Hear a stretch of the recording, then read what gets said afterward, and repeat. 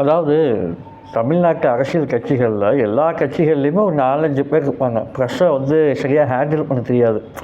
ஏதாவது பொய் பேசிடுவாங்க, இல்லை தவறான தகவல் வந்து சொல்லிடுவாங்க, இல்லை அப்படின்னா சமாளிக்கிற அப்படிங்கிற பேரில் கோல் மெட்டீரியலுக்கு ஆளாயிடுவாங்க. அதெல்லாம் வந்து இயல்பு தான், அது எல்லா கட்சியிலையும் இருப்பாங்க. ஆனால் அந்த தாவேக்கால மட்டும்தான் ஒட்டுமொத்தமாகவே அப்படி தான் இருக்கிறாங்க. முதலமைச்சர் ப்ரெஷ்ஷை பார்த்தா பயந்து ஓடுறாரு. அதுக்கு இந்த தம்பிகள்லாம் வந்து ஃபயர் விட்டுட்டுருக்காங்க, எங்கள் அண்ணன் வந்து கதற வச்சுட்டாரு ப்ரெஷ்ஷை அப்படின்னு.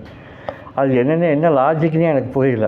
மற்ற ஆட்கள்லாம் நீங்கள் யோசிச்சு பாருங்களேன், அவங்களாம் ப்ரெஷ்ஷை ஒழுங்காக ஹேண்டில் பண்ணுறாங்களா அப்படின்னா அப்படிலாம் ஒன்றுமே இல்லை, சுத்தமாக ஹேண்டில் பண்ணவே தெரியல, 0.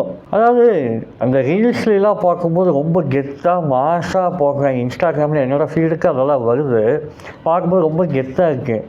ஆனால் ப்ரெஷ் பீப்புள் வந்து மைக்கை நீக்கினா மட்டும் அவங்களாம் எவ்வளோ பெரிய என்ன வார்த்தை யூஸ் பண்ணலாம், அதுக்கு தமாஷுன்னு வச்சுக்கலாம். எவ்வளோ பெரிய தமாஷு அப்படிங்கிறது அப்பட்டமாக தெரியுது.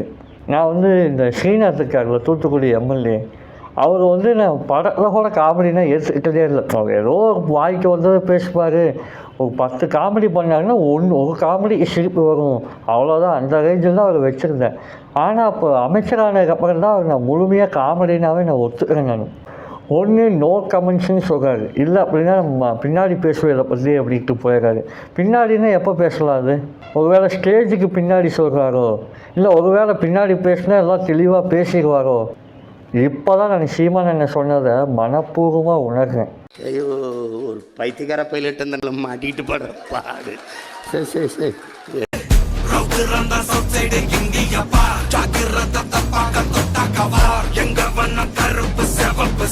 எங்க கதை அகர முதல தொட்டு தாடி கிளம்ப பிளட்